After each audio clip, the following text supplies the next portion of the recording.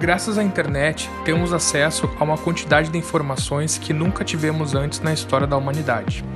E sem dúvidas, a evolução tecnológica nos trouxe uma série de benefícios.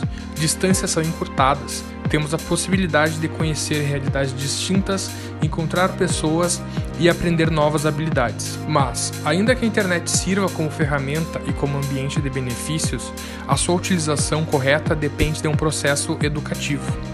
É verdade que grandes poderes trazem grandes responsabilidades, e sem esse entendimento, o meio virtual se apresenta como um terreno fértil ao ódio e à mentira. Neste contexto, os discursos de ódio e as fake news existem como fenômenos sociais e jurídicos. É sobre isso que conversaremos hoje em mais um episódio do ADEDcast.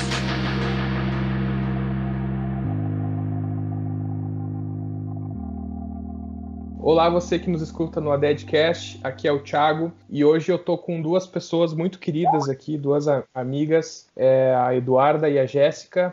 Oi, Duda, tudo bem? Oi, Thiago. Oi, pessoal do ADEDcast.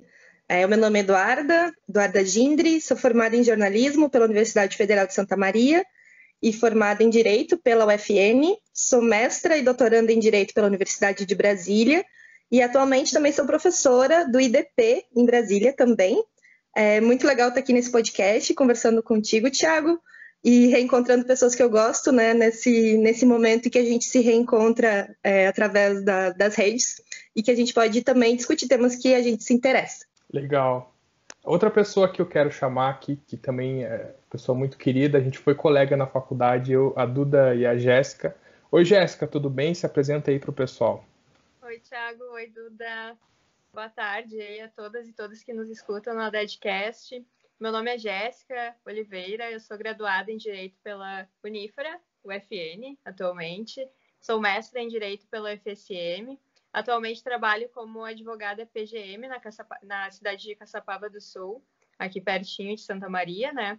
E é uma honra estar aqui com vocês hoje, então, meus colegas de faculdade, de graduação, relembrando algumas histórias, né, antes da gravação aí, mas que bom, é muito importante esse canal de informação e comunicação que vocês estão criando aí, Thiago. Certo, muito obrigado, gurias, fiquei muito feliz por vocês terem aceitado esse convite e sempre é muito bom conversar com vocês, tanto pela nossa amizade, né, mas também pelo conhecimento que vocês têm, que eu acho que tem muito a colaborar, né, para o nosso projeto aqui. Duda, para começar, eu queria fazer uma pergunta para ti, assim, considerando que tu é jornalista e também é da área do direito, né?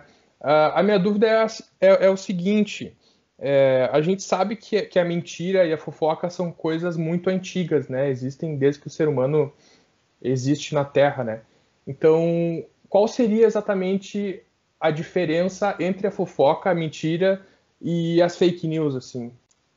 Essa tua pergunta, Thiago, ela é muito legal porque ela entra numa discussão central para o debate sobre fake news e para o debate sobre desinformação, que é a gente entender que existe um processo contemporâneo de um alto volume de comunicação, de um alto volume de informação, e nesse processo contemporâneo a gente tem algumas informações que são informações erradas, informações mentirosas, informações muitas vezes que estão também relacionadas com fenômenos de ódio e fenômenos culturais de racismo, sexismo, enfim, de fenômenos políticos que vêm envelopadas, né, que essas informações mentirosas elas vêm envelopadas no formato de notícia. E aí é importante a gente voltar um pouquinho atrás e entender o que é notícia e por que essa informação mentirosa envelopada no formato da notícia é um problema. E aí, quando a gente vai pensar o que é a notícia, a gente vai pensar que a notícia é esse produto central da profissão do jornalista. O jornalista é uma profissão como qualquer outra profissão, como médico, como engenheiro, como agricultor, enfim, que tem como produto central do seu trabalho a produção da notícia e que vai seguir um conjunto de normas, de rotinas profissionais, de rotinas culturais da profissão também, que vão dizer como se constrói uma notícia. E uma das questões mais centrais da notícia é que ela precisa ter um respaldo na realidade. E aí, quando a gente pensa, né, esse conceito de notícia, como esse discurso, esse texto, essa imagem, que tem um respaldo na realidade, a gente não está falando que essa notícia não tem um delineamento, não tem um viés, não tem uma subjetividade por trás. A gente está dizendo que ela só se fundamenta enquanto notícia, enquanto produto do trabalho do jornalista, porque ela está alicerçada em algo da realidade que esse jornalista trabalhou para extrair. E aí, vê só, a gente pode fazer o paralelo da notícia, por exemplo, como um prato de comida. A pessoa que é dona de um restaurante, ela vai pegar os substratos, né? Vai pegar a matéria-prima dela e vai criar um prato de comida. O jornalista vai pegar a sua matéria-prima, que é a realidade, vai entrevistar as pessoas, vai pegar documentos, vai checar os fatos e vai criar o seu prato de comida, que é a notícia. E aí, quando a gente chega no momento contemporâneo, a notícia não é algo novo, mas também é um fenômeno recente, né? A gente vai datar o jornalismo a partir do século XIX. A profissão do jornalista, como alguém que retrata a realidade, é algo também recente na nossa história. É mais recente, por exemplo, que a fofoca e a mentira, a prática de fazer a notícia. Mas quando a gente chega no mundo de hoje, em que a gente tem um grande volume de comunicação, a gente também tem um grande volume de notícias que são uma diferentes da outra, porque a notícia tem a sua subjetividade, e a gente também chega num contexto em que a notícia começa a aparecer em formatos muito diferentes. Se lá no século XIX a notícia chegava para a gente através de um jornal que tinha uma marca dizendo esse aqui é o jornal, Diário de Notícias, Zero Hora, Correio Brasiliense, a gente entende que isso é um jornal, a gente olha para ele, a gente reconhece que ali estão notícias. É como se a gente estabelecesse, com esse formato pré-organizado, um contrato de leitura, que eu vou ler você, vou acreditar em você e vou saber que você é um jornal, que você vai me contar a realidade, baseado nos fatos que os seus jornalistas, os seus operários, coletaram do mundo. E aí a gente começa a fragmentar esse formato de contar a verdade, né? De contar a realidade. A gente começa a ter a notícia que aparece na TV, no rádio, na TV, aí ela começa a sair em blogs, aí ela começa a sair no Instagram, ela começa a sair no Facebook, e a gente começa a ter um pouquinho de confusão no nosso contrato de leitura, porque tudo o que eu começo a ver, eu entendo como notícia.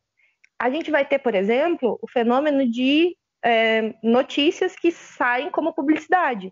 A empresa quer fazer uma divulgação do seu serviço e faz uma notícia, produz um conteúdo. E aí, chega em determinado momento que a notícia também começa a circular pelo WhatsApp, por outros formatos, e muitas vezes em formatos que não nos permitem um aprofundamento naquele conteúdo. Então eu vejo uma manchete com muito mais facilidade, um post de Facebook, e o nosso contrato de leitura começa a se quebrar um pouquinho e ficar um pouco confuso. E aí, somando esse caldo, né, nesse momento em que a gente vive, a gente se depara com o fenômeno de muitas notícias que, na verdade, não são notícias, são informações falsas, caluniosas, revestidas de discurso de ódio, enfim, que são veiculadas, que se utilizam do formato de notícia para que as pessoas tenham adesão a esse discurso, para que as pessoas assinem o contrato de leitura de que aquilo é realidade através do formato.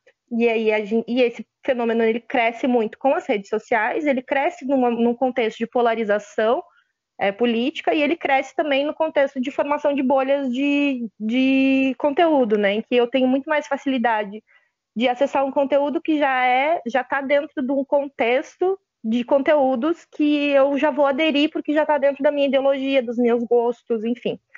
Então é um caldo complexo, assim, mas eu acho que a gente voltar a essa discussão do que é notícia, do que faz a notícia ser algo diferente de qualquer outra informação, do por que eu tenho que ter um contrato e cobrar coisas diferentes do jornalismo do que eu vou cobrar dos meus amigos, de um analista político que apenas dá uma entrevista na TV, são cobranças diferentes. E aí voltar para esse conceito é muito importante porque nos estabelece o primeiro ponto para entender o fenômeno das fake news, que é entender que mentira nunca vai ser notícia, mas que a gente tem a construção de mentiras através do formato da notícia, e isso está num caldo contemporâneo complexo que nos leva a fazer disso um problema jurídico, um problema político, um problema social. Certo, Duda. Falando em redes, a Jéssica estuda bastante essa questão, né? Qual é a tua visão sobre isso que a Duda nos falou, sobre essa facilidade de acesso à informação e também dessa facilidade em produzir informações, né? Não necessariamente notícias, né? Mas informações na rede. Eu achei muito perfeita a colocação da Duda em relação a esse processo que a gente vem vivenciando aí, que é um processo muito contemporâneo, né, de grande volume de notícias, que muitas vezes vêm disfarçadas de mentira, através do próprio anonimato, né, que a própria rede mundial de computadores permite aí. Então, acho que partindo dessas colocações da Duda, que foram perfeitas, e até desse entrelaçamento muito grande das próprias fake news com outros casos, os discursos de ódio, que fomentam, além da prática na internet, né, incitam o ódio até a violência real, fática ali, de sair do campo da internet e ir para o campo do real. Eu acho que é muito importante nós analisarmos também a internet como esse local que é muito ambivalente, né? Ele pode ser privado e pode ser público, pode ser privado e público ao mesmo tempo, mas acredito que muito mais público do que privado, né? Porque muitas vezes nós estamos lá compartilhando uma informação, acreditando estarmos dentro dessa nossa própria bolha, que são as chamadas bolhas de afinidade ou câmaras de eco, de amigos do privado, e não temos consciência de quão rápida essa informação pode se propagar na rede mundial de computadores. E essas informações, elas podem dar margem para esse anonimato que eu falei anteriormente, para que eu seja quem eu quiser ser, no momento que eu quiser ser, e talvez falar o que eu quiser, acreditando estar falsamente amparada, até mesmo por um direito fundamental, que é o direito da liberdade de expressão. Então, esse novo formato de sociedade que surge aí, que é uma verdadeira sociedade em rede, como diria Manuel Castells, né, que é aquela sociedade cuja estrutura social é construída em torno de redes que são ativadas por tecnologias de comunicação e informação, processadas digitalmente, baseadas lá na microeletrônica, considerando então essas estruturas sociais como arranjos que são totalmente organizacionais de seres humanos em relações de produção, de consumo, de reprodução, experiência até mesmo de relações de poder, né? Reforçando essas relações que já são construídas historicamente e que nós temos acesso à cultura. Então, essa nova forma de sociedade, que é essa sociedade em rede, traz também novas formas de discursos, de narrativas, de linguagens, de construção de identidades, de relações de poder, como eu falei, e acaba criando um espaço muito confortável para que as fake news existam e possam ser facilmente propagadas pela conexão muito fluida da internet, né? E além disso, como a Duda vinha falando, as fake news causam esses impactos muito profundos à democracia, né? Principalmente da desinformação nessa chamada sociedade em rede e diante desse momento de pandemia, né, que as pessoas estão muito conectadas além do normal, entre aspas. As próprias redes sociais assumiram um grande espaço aí nos debates políticos nos últimos anos, como nós viemos vivenciando e visualizando, né? Não somente entre candidatos, mas também entre o eleitorado. Então, existem grupos que compartilham a mesma forma de conteúdo e com a mesma linha de raciocínio dentro dessas próprias bolhas de afinidade, com o intuito de nos proporcionar uma melhor experiência de navegação na rede, né? Então, esses conteúdos, eles se propagam por compartilhamento e por relevância que assumem a partir da quantidade de likes, de curtidas lá que eles recebem.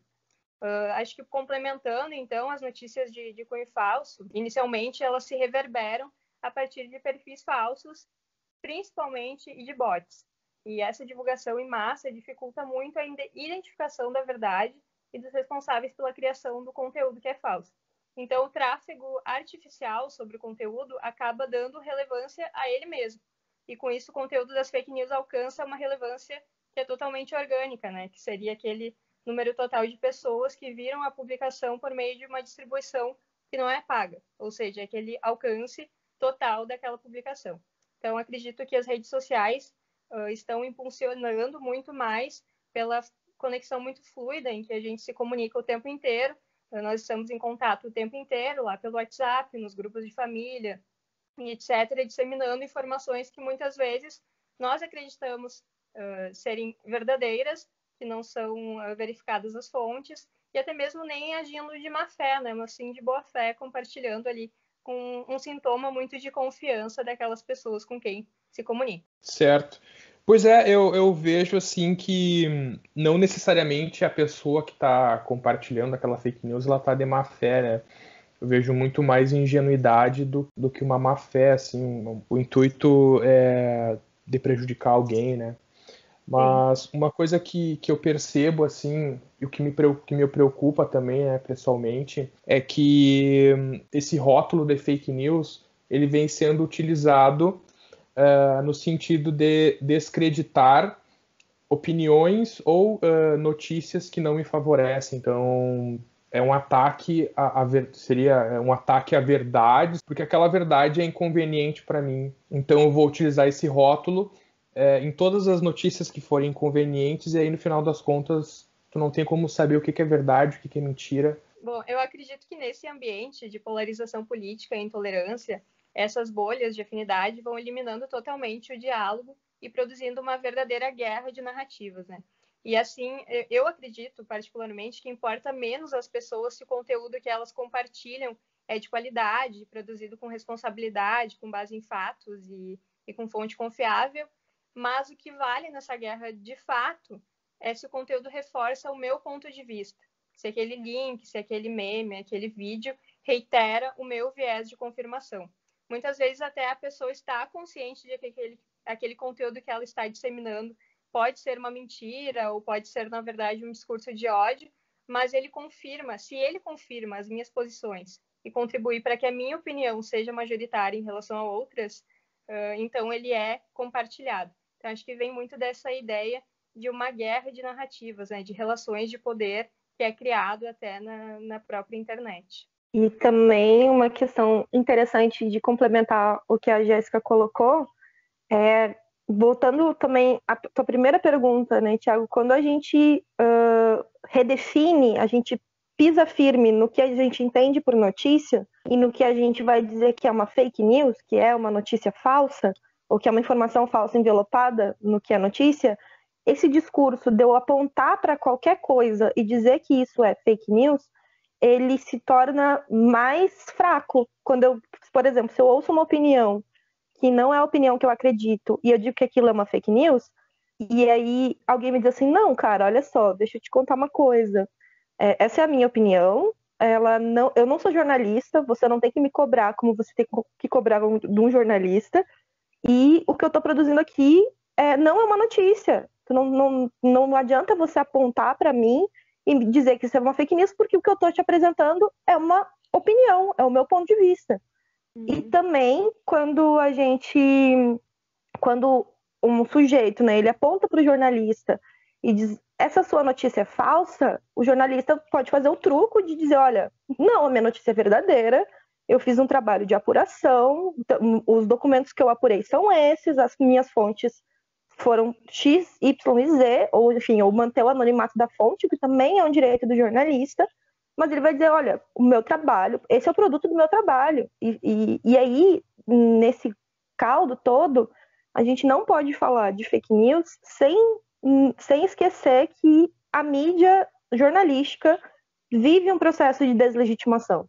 O jornalismo vive uma crise econômica, vive uma crise de formato, porque tem que se readaptar. E aí, nessa guerra narrativa que a colocou, o jornalismo está perdendo. Assim. O jornalismo perdeu bastante nos últimos anos, perdeu de legitimidade, perdeu anunciantes, perdeu a estrutura econômica que sustentava e está tendo que se reinventar também nesse processo. E a gente, enquanto leitor, enquanto consumidor da notícia, também está se reinventando, né? Também está tendo que se adaptar a essa nova realidade. E eu gosto da gente trazer um pouco do contexto do jornalismo, porque também nos coloca a refletir sobre o que é a profissão do jornalista e como essa é uma profissão extremamente precarizada. Como os jornalistas fazem jornadas de trabalho muito longas, têm salários ruins, muitos jornalistas hoje trabalham através da pejotização, né? São PJ, não são contratados CLT. Isso também é um fator que contribui para um contexto de aumento de fake news e que contribui também para que a gente perca essa definição, a gente saia desse chão firme de dizer, olha, isso é notícia e eu vou cobrar o jornalista através dos critérios jornalísticos, e pronto. A gente precisa retomar, precisa valorizar essa profissão, precisa valorizar essa prática, né? Esse narrar e contar o mundo, que é algo muito importante para a nossa democracia. Certo, concordo contigo, Duda. E eu vejo assim que não apenas o jornalismo ou o direito são atacados com as fake news, né? E com essa incapacidade da gente dar um tratamento adequado às fake news, mas a democracia, como tu disse, né? E eu queria saber de vocês se vocês acham, se o direito está sabendo tratar as fake news de forma adequada. Porque me parece, assim, o que eu tenho visto, pelo menos na minha prática forense, né, no trabalho como advogado, é que as fake news elas acabam sendo tratadas na esfera indenizatória, né? Ou em alguma esfera criminal, mas sempre de pequeno porte, assim, né? Sempre é uma questão assim que é tratada lá nos juizados especiais, né, digamos assim. Basicamente, eu queria saber, vocês acham que o direito talvez seja a melhor resposta para esse fenômeno? É bem complicado responder essa questão, Thiago, porque eu particularmente acredito que o judiciário não consegue nem desmistificar muitos pensamentos, né, que são construídos historicamente aí, e estão enraizados na nossa própria cultura.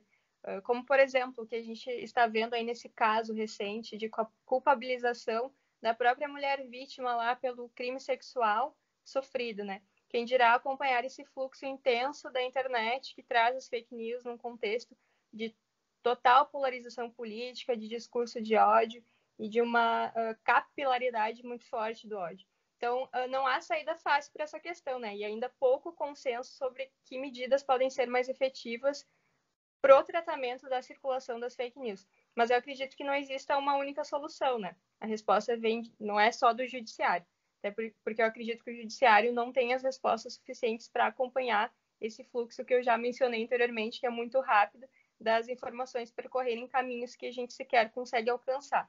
A resposta, eu acredito que vem de inúmeros lados, né? Ela é multifacetada, porque é necessário uma abordagem de prevenção e educação para o uso dessas novas tecnologias de informação e comunicação, porque acho que a gente tem que partir daquela premissa de que nem todo mundo nasceu com as novas tecnologias, né? Então, acredito que processar uma pessoa X que acreditou em uma notícia falsa e a repassou talvez não seja o melhor caminho. Talvez seja muito mais importante checar os comportamentos de massa do coletivo, que sejam originados em movimentos que são muitas vezes calculados e bem arquitetados para se chegar na disseminação dessa notícia falsa. Felizmente, na educação para as mídias, na sociedade, muito menos o judiciário, no tratamento das fake news, não vão conseguir atingir a suficiência, né, para que é muito disseminadora de crimes nesse espaço que é muito complexo da internet. Até porque permite que a pessoa esteja falando, se comunicando, muitas vezes se utilize dessas complexidades que a internet permite por trás, como eu já falei até anteriormente, do anonimato, e dificilmente seja identificada, e como a Duda vinha falando, desses novos formatos de notícia que vem sendo propagado por aí. Mas sim, é urgente, né, que se entenda como se dá essa dinâmica e buscar mecanismos para enfrentar isso que vem se transformando numa patologia que é quase uma patologia social, na verdade, né, que está minando totalmente a nossa democracia e o que se entende por liberdade. Eu concordo com o que a Jéssica está colocando, assim, concordo muito, e eu tenho algumas inquietações sobre as possíveis respostas do direito, assim. A minha sensação é que o direito, ele, primeiro, né, vai sempre dar uma resposta pós-fato, então vai sempre dar uma resposta que vai ser da indenização, da criminalização, muitas vezes, mas que é depois de que o estrago já foi feito. Então, o direito tem essa construção, embora ele consiga criar alguns mecanismos regulatórios para tentar dirimir essas situações, então dizer, olha, as empresas de redes sociais podem remover conteúdo da internet, Podem, então, se julgar que esse conteúdo ele é falso. Mas tem uma outra inquietação que eu tenho, que quando eu vejo algumas perguntas que são feitas sobre fake news, as perguntas são no sentido de que como restaurar o contexto social que a gente vive para um momento pré-fake news. Então, como combater as fake news, como acabar com as fake news. É como se a gente estivesse nadando contra a corrente, sabe? É um fato, é um dado da realidade, que hoje a gente tem um excesso de comunicação, um excesso de informação, e que as notícias e que informações falsas vão ser circuladas o tempo inteiro através do formato da notícia. Então, não tem como a gente voltar para trás num contexto em que isso não aconteça, que isso não exista. Quando a gente assume que a realidade é essa e que a gente não vai voltar para trás, a gente se angustia um pouco com o momento que a gente vive, mas a gente também pensa que a gente tem uma projeção de futuro e tem que pensar daqui para frente. E aí, para mim, as saídas para o contexto das fake news são muito pouco pelo direito. O direito vai conseguir dar pouquíssimas respostas, não vai conseguir nos ajudar o quanto que a gente precisa para trabalhar com esse tema.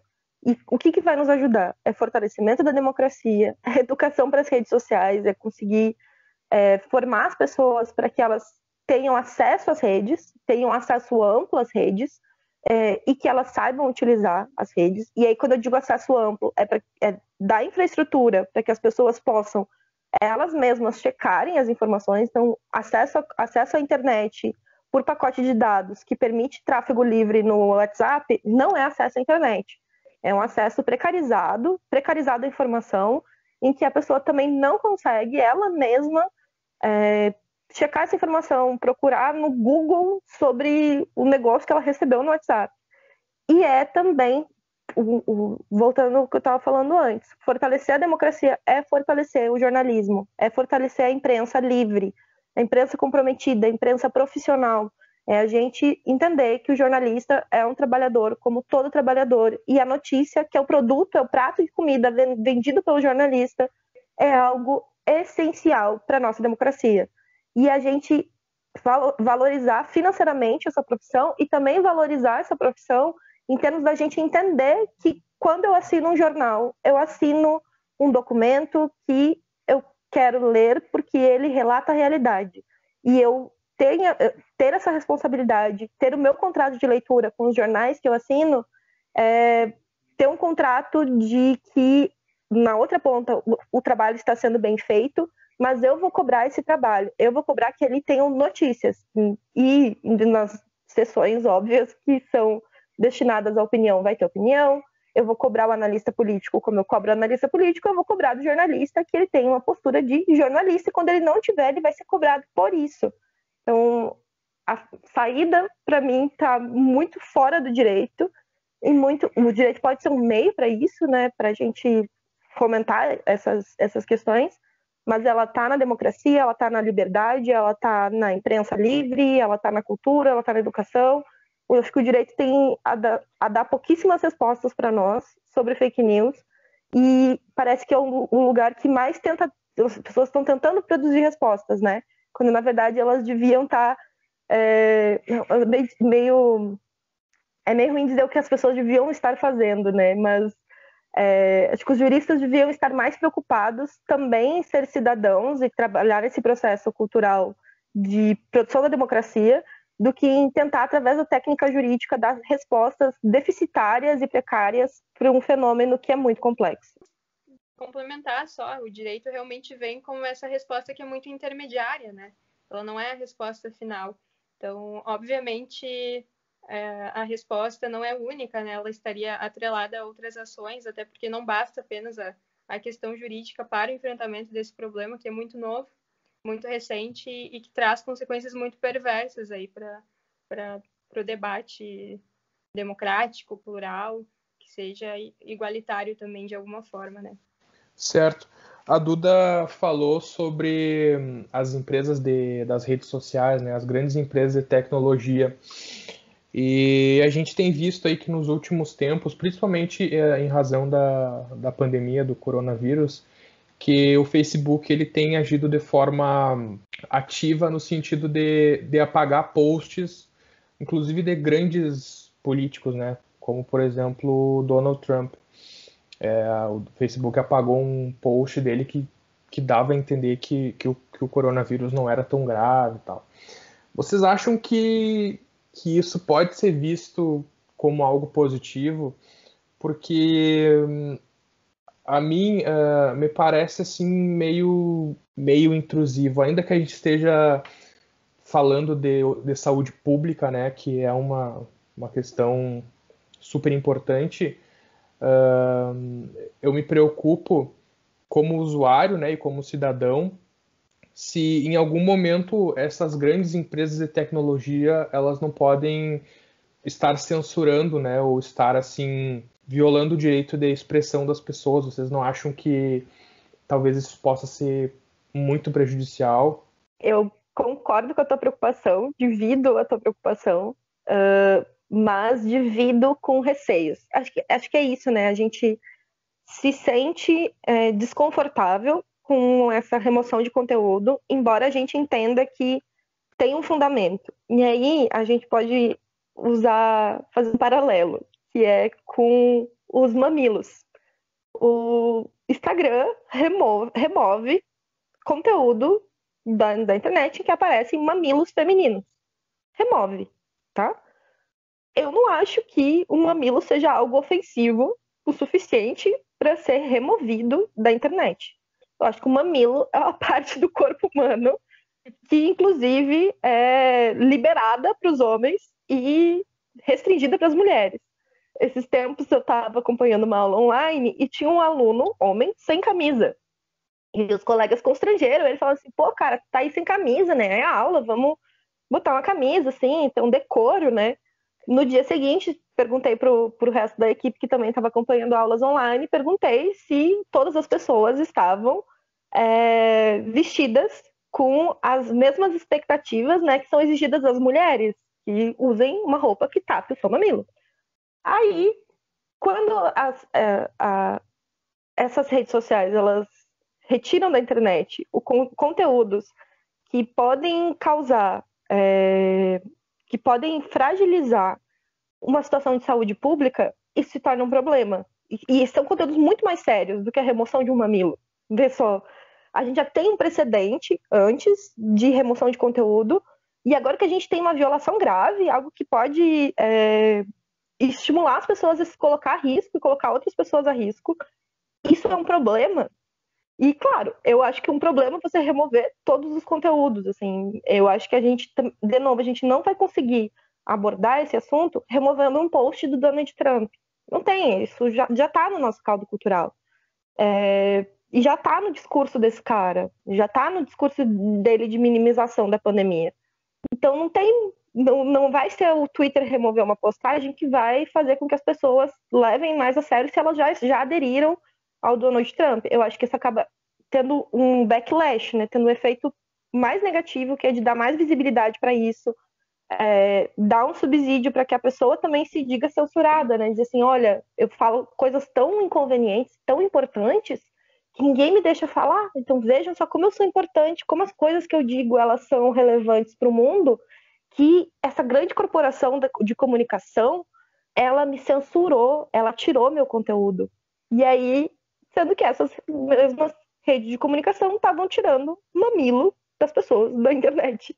Então é uma preocupação assim que eu divido contigo. Sim. Acho que a Jéssica divide essa preocupação também. Eu divido bastante essa preocupação, principalmente no que toca nessa confusão de liberdade de expressão como direito absoluto, que as pessoas, no geral, vêm tendo essa ideia.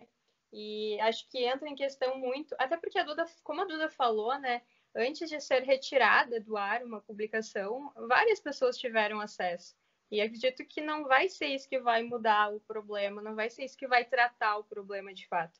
E acho que entra muito em questão o ponto de dar ou não limites à liberdade de expressão, né? Principalmente diante do contexto que nós estamos vivendo, de uma grande viralização de ondas de ódio, que muitas vezes são difundidas até pelos nossos próprios governantes, né? Que acabam por naturalizar muitos desses discursos que estão nesse conteúdo falso, nesse conteúdo que muitas vezes traz uma notícia que é de fonte duvidosa, né? Então, é um problema bem grande, partilho da mesma angústia e acredito que seja uma angústia de muitas outras pessoas também. E Jé, tu falou uma coisa que me acendeu na cabeça, assim, né? Tu falou dessa naturalização de falar qualquer coisa, né? Então, a gente pode pensar em como a gente se desonerou da responsabilidade pela palavra, né? A palavra é algo que tem responsabilidade. O que eu comunico com o outro é algo que tem uma responsabilidade. E isso também tem um pouco das redes, né? Nas redes a gente comunica demais, tá o tempo inteiro em interação, o tempo inteiro falando com alguém. Parece que a palavra ela perde um pouco o peso que ela tem, mas a palavra tem um peso muito grande. E esses governantes que se desoneram do peso da sua palavra, que se desoneram da responsabilidade do que eles colocam no mundo, assim, também são espelhos para que outras pessoas continuem se desonerando pelas suas palavras, se desonerando pelo que falam. E, na verdade, quando eu comunico algo, quando eu falo algo, como a gente está conversando aqui, a gente está colocando um pouco da gente no mundo, né? E isso é algo que tem muita responsabilidade, tem que ser lido, tem que ser entendido como ser responsável. A palavra tinha um peso muito grande para as gerações dos nossos pais, né? A gente escuta eles falando, tipo, eu te dou a minha palavra, me responsabilizo por isso, eu sou comprometido por isso. E para eles, quem não se responsabilizava pela sua palavra era alguém de mau caráter, né?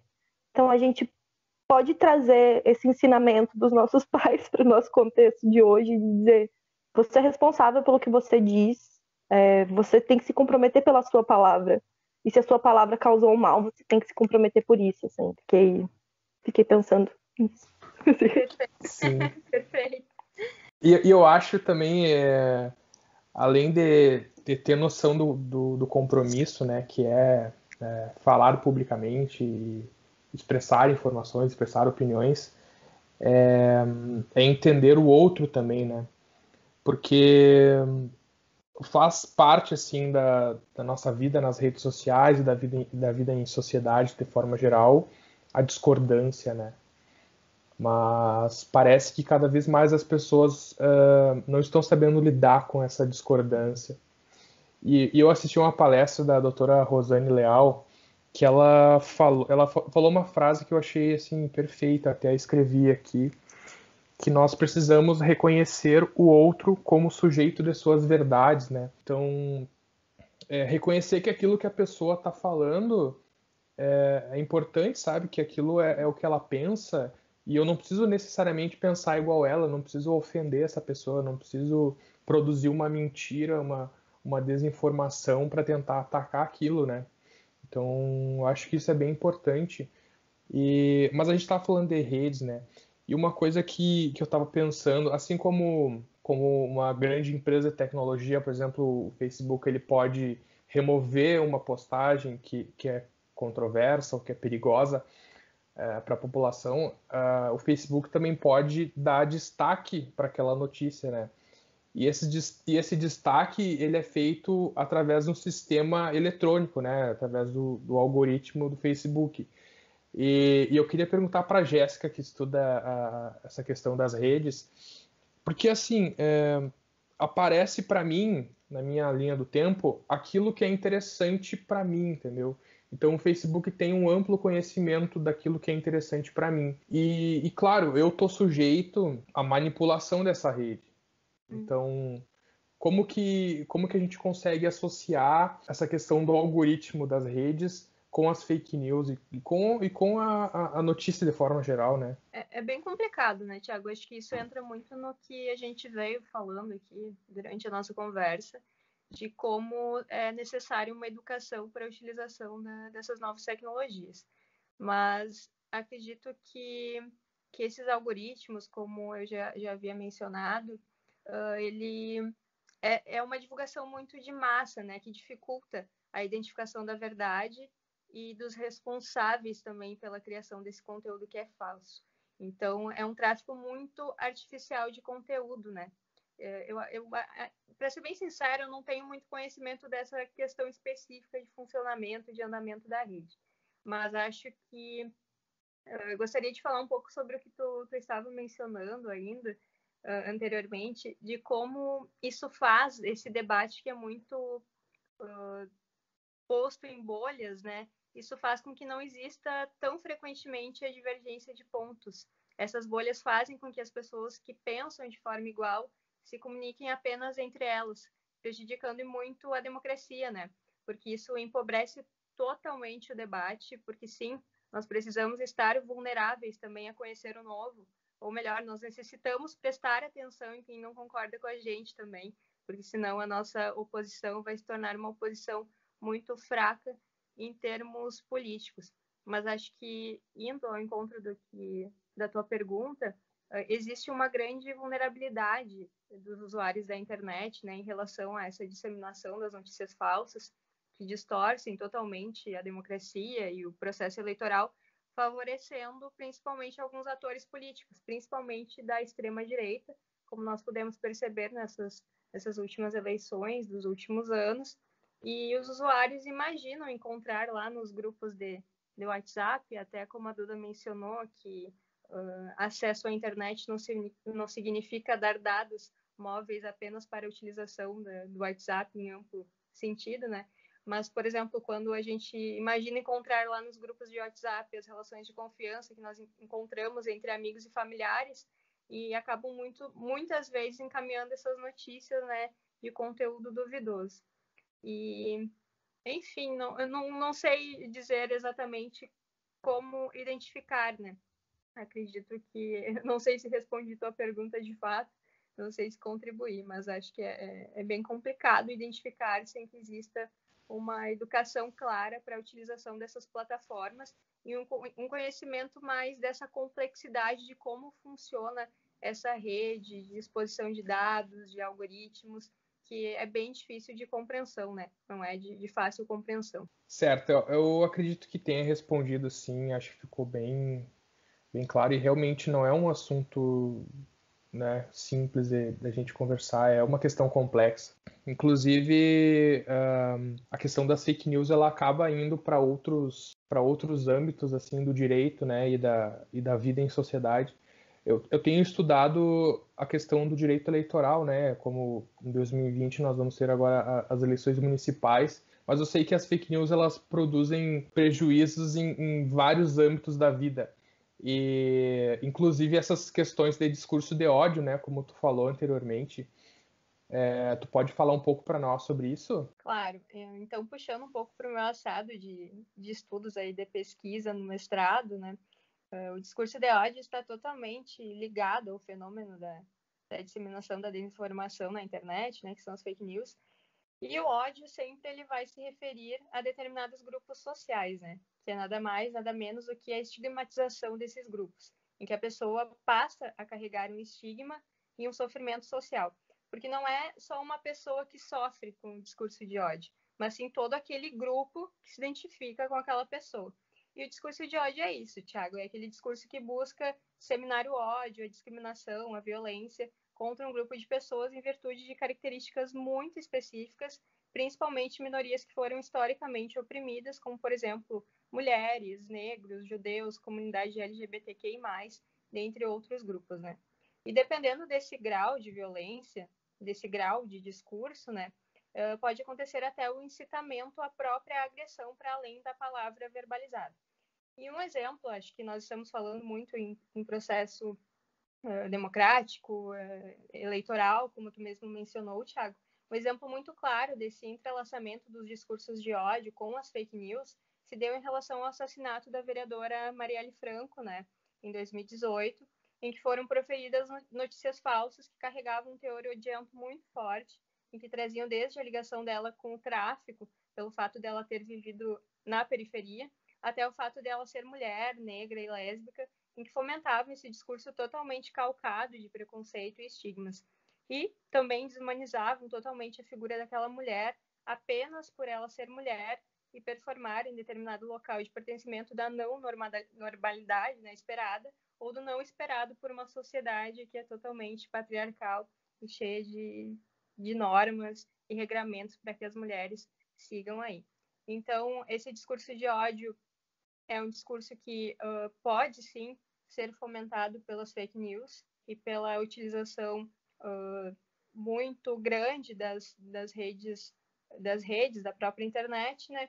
E ele vem e fere, acaba ferindo vários direitos fundamentais, como a dignidade humana e até mesmo a própria liberdade de expressão, né? Que muito se coloca em pauta aí esse debate ultimamente, se liberdade de expressão é o mesmo que discurso de ódio. Não é, jamais, é bem longe disso, né? É bem diferente, até porque quando uma manifestação de ódio ela é propagada, deixa totalmente de existir espaço para que se construa um diálogo plural e democrático que se espera de um Estado dito como laico, né? E, enfim, Thiago, eu acredito que as fake news podem, sim, corroborar esses discursos que ferem e desumanizam muitos grupos, principalmente esses grupos que foram historicamente oprimidos. Certo, Jéssica. E, nossa, além de afetar esses grupos que são oprimidos, né, historicamente, a gente percebe que a democracia como um todo é afetada, né? E eu queria saber de ti, Duda, o que tu considera, assim, tanto como jurista, né, como jornalista, como que toda essa situação ela afeta a democracia, né, e esse processo de valorização ou de desvalorização da democracia? É legal a gente fazer esse gancho para também voltar naquela frase que tu trouxe, da professora Rosane, da gente ver o outro como sujeito. Não a gente pensar a democracia, a gente não vê o outro como sujeito nas suas verdades, na sua diferença. E quando a gente utiliza uma ferramenta de informação, né, de desinformação, de comunicação, para a gente diminuir o outro, a gente desqualificar esse sujeito, dizer que esse sujeito tem que ser exterminado, tem que ser menos valorizado que o eu, a gente vai ter um problema para a democracia, porque a gente vai fomentar um sistema político que, de maneira macro, não respeite esse outro como sujeito. O exemplo que a Jéssica trouxe do caso da Marielle é muito significativo, porque você tem uma pessoa que foi morta, que foi assassinada, uma pessoa que é uma referência para muitas outras mulheres, principalmente mulheres negras da periferia, e aí você, através de fake news, você diminui esse sujeito. É como se você justificasse que esse sujeito deveria ter morrido mesmo. E num sistema em que num sistema político que a gente almeja que todas as pessoas tenham o mesmo peso, que sejam valorizadas da mesma maneira, esse tipo de discurso vai minar essa nossa utopia de um sistema político com mais igualdade, com mais liberdade, com mais empatia entre os sujeitos, né, com mais solidariedade também, que é um valor importante para a democracia, que às vezes a gente esquece, né, que é um valor importante. E, enfim, acho que são coisas que se concatenam muito. A gente falar de democracia, a gente falar de empatia, falar dos sujeitos e falar do direito, né? Que o direito, ele pode ser uma ferramenta para trabalhar com isso, mas voltando ao que eu tinha dito antes, ele vai ser pequeno no grande esquema das coisas, que é muito complexo, que vai demandar da gente uma preocupação muito grande com a política, com a sociedade, com a economia, enfim, com a cultura. E o direito vai ser só um pedacinho disso. Certo, gurias. E eu acho que antes da gente encerrar, uma coisa que a gente pode fazer como um serviço público aqui, ainda que as pessoas já estejam carecas de saber, existem algumas formas da gente tanto evitar de propagar uma fake news, como de cair numa fake news, né? Então, eu acho que é importante a gente falar para as pessoas sempre checarem a fonte das notícias que elas estão lendo, né? Cuidar para ver se não é uma notícia muito antiga, é uma notícia que foi requentada, né? Só no sentido de trazer polêmica e também passar inverdades aí. Também é importante assim a gente não acreditar em tudo que a gente lê no WhatsApp, né? Às vezes aquelas manchetes bombásticas, assim, por exemplo, político fulano de tal destrói a Globo, por exemplo, né? Como a gente vê. A gente sabe que os meios de comunicação sérios não usam esse tipo de palavra, né? Os meios de comunicação sérios também não erram português, né? Ou a gente espera que eles não errem o português ou escrevam tudo em letra maiúscula. Então, tem uma série de pontos que a gente pode observar, que a gente deve observar, não só em 2020, né, com as eleições, mas sempre que a gente estiver utilizando a internet. E existem várias agências aí de verificação de fatos, tem inclusive a do TSE, né, o Tribunal Superior Eleitoral, que é a Fato ou Boato. E a Duda tem uma dica também no Instagram aí. Queria sugerir para a galera que está nos escutando seguir o Instagram do Infovírus Prisões. É um Instagram comandado por vários grupos de pesquisa que estão tentando fazer checagem de informações sobre notícias relacionando a Covid nas prisões. E a gente sabe que o sistema penitenciário é um problema no Brasil, né? É uma pauta importante, uma pauta que nos preocupa e que também tem muita notícia falsa sendo divulgada sobre o sistema penitenciário, muita notícia falsa sendo divulgada sobre a questão criminal, né? E esse Instagram, que é @infovírus, ele é muito interessante porque ele vai checar informações sobre a Covid, as prisões, morte dentro do sistema penitenciário relacionado à Covid, e vai trazer também um panorama de como o judiciário está lidando com esse assunto. Então, queria indicar para todos os ouvintes que acessem esse perfil do Instagram, que está muito legal e é comandado por vários grupos de pesquisa do Brasil. Inclusive, um grupo que nasceu em Santa Maria, que nasceu na UFSM, comandado pela professora Marília Budol. Legal. Gurias, nossa, eu quero agradecer a vocês pela disponibilidade. Eu sei que são profissionais super atarefados, né? E parece assim que agora na época da pandemia, cada vez mais assim, né? A gente está, ainda que esteja trabalhando em casa, é muito trabalho. Então eu reconheço assim a disponibilidade de vocês e eu sou muito grato. E essa nossa conversa, assim, fico muito feliz não só por todo o conhecimento que vocês trouxeram para nós, mas também pela nossa amizade. Então eu estou muito feliz e quero deixar meu muito obrigado a vocês. Tiago, a gente que agradece o convite. Foi muito bom estar aqui com vocês nessa tarde, reencontrar vocês, conversar sobre temas que nos inquietam.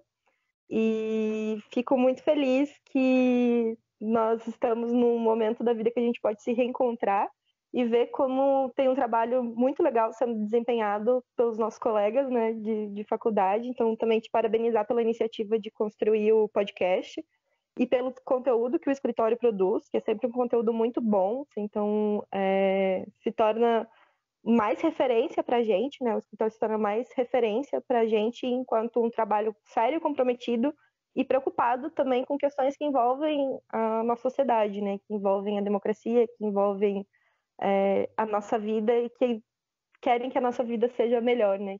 Questões que nos preocupam para que a gente possa melhorar enquanto vida humana, assim. Mas, enfim, obrigada e parabéns pelo trabalho. Bom, eu reitero o que a Duda falou, eu agradeço muito ao convite. Foi uma honra estar aqui com vocês hoje, nessa tarde, que aqui, pelo menos em São Cepé, está chuvosa, cinza, e fico muito feliz em ver o crescimento dos meus amigos e colegas de faculdade, né, que me acompanharam aí por 5 anos e meio, e é muito gratificante ver o crescimento e desenvolvimento de vocês, poder ter essa conversa de como a Duda falou, né, de temas que nos inquietam, que nos fazem refletir de alguma forma. E parabenizo também a iniciativa. É muito importante que a gente venha a ter acesso à advocacia, uma advocacia mais humana, mais acessível, de fato, a todas e todos, né, Tiago? Então, parabéns pelo trabalho que o escritório vem desenvolvendo aí. E acredito que é muito importante que se debatam temas como fake news, né? Até porque em tempos de pandemia, uma orientação falsa coloca em risco a saúde até mesmo de uma população. Então, muito obrigada e abraços para vocês. Gurias, muito obrigado pela participação, fico muito feliz. E eu quero agradecer também a quem está escutando, né, nossos ouvintes. E espero que esse podcast esteja fazendo sentido para vocês, que esteja servindo para informar e para para ajudar de alguma forma, né, na vida de vocês. E muito obrigado a quem nos escutou até aqui. E a gente se vê no próximo episódio do ADEDcast. Um abraço a todos.